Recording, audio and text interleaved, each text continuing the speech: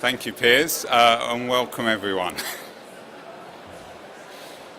So, FD Solutions. So we use experienced finance directors to help ambitious businesses overcome their barriers to growth. And we use numbers, words and pictures to communicate effectively. I'm going to have a quick run through now to show you how by reporting key, relevant and up-to-date information you can achieve the best price for the sale of your company. I'm going to use a real-life case study to illustrate the points as we go along, and the case study that we're using today is a media business, a business in the media sector.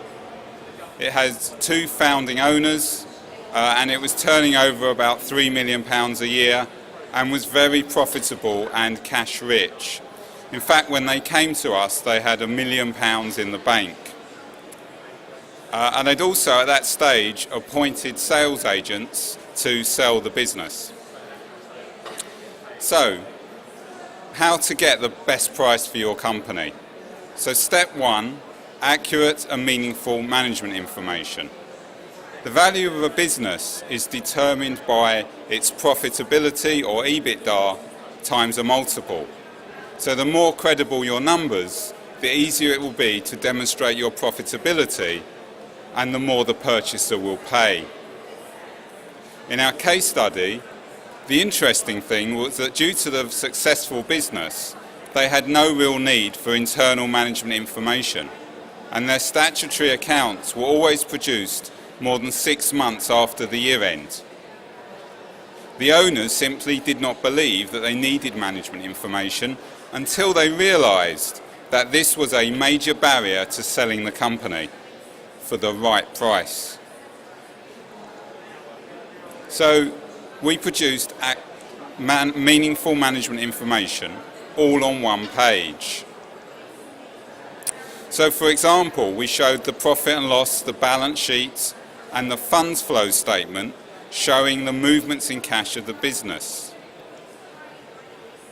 We provided a narrative explaining what was going on. And we created charts to show trends in the business. So having got the management information right, the next step is to get the balance sheet right. Most businesses make sure that they're making profit, but they don't think about what their balance sheet looks like. When a company makes an acquisition, they are looking for ways they can make your business more efficient, such as by reducing the working capital needs or improving the cash flows and reducing bad debts. So our tip, get there first. We are currently working with a manufacturing business that obtains payment for its products before they deliver them. Their balance sheet is amazing, and so are their margins, and this will reflect in their sales price. In our case study, we started looking at sensitive numbers that would impact on the deal. For example, we started measuring their fee lockup and reduced it so that cash increased and it didn't become an issue on the sale of the business. Step 3, forecast, forecast, forecast. Many businesses do a budget at the beginning of a year and then either hit it or miss it. The purchaser of your business isn't interested in your budget.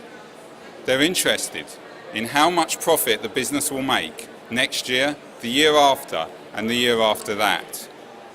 Of course, no one really knows, but the person that knows best is you. So invest in a proper forecasting system that allows you to regularly update it, and you will paint a credible picture of what your business is capable of. In our case study, the company was able to measure forecast results against budget so that they could track the growth of the business and demonstrate the underlying assumptions were sound and that management knew what it was doing. And the forecast model calculated the resources needed to achieve the growth in sales so that the buyer would be able to evaluate the authenticity of the assumptions. As you can see here, As long as the red line stays below the blue line, they will have the capacity to achieve plan. Step 4, keep your eye on the ball. After the handshake, the fun begins. It can take 3 months or more to get through the due diligence process. And the purchaser will have 2 key objectives. Number 1, to identify any skeletons in the cupboard and get you to make warranties to make sure you take the risk. And secondly, to renegotiate the purchase price.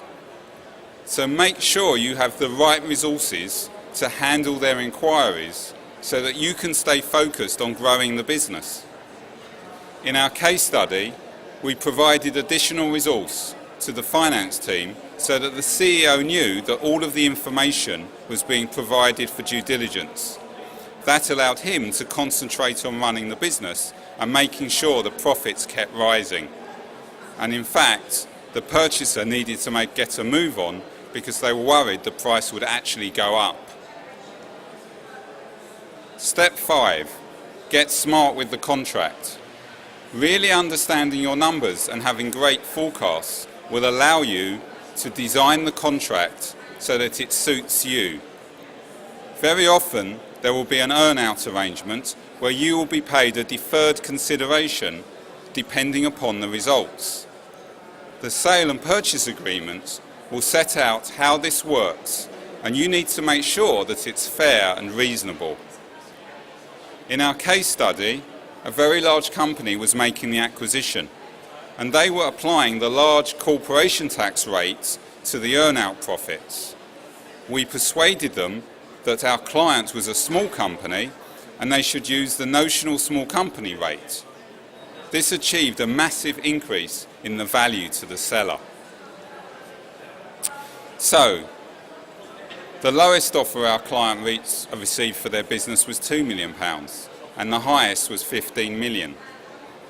Without developing clear and effective information, we're certain they could have succeeded in selling for £2 million. In fact, they did sell for £15 million, thanks to robust and credible information that communicated the real value of the business. Thank you. I'd now like to hand back to Piers.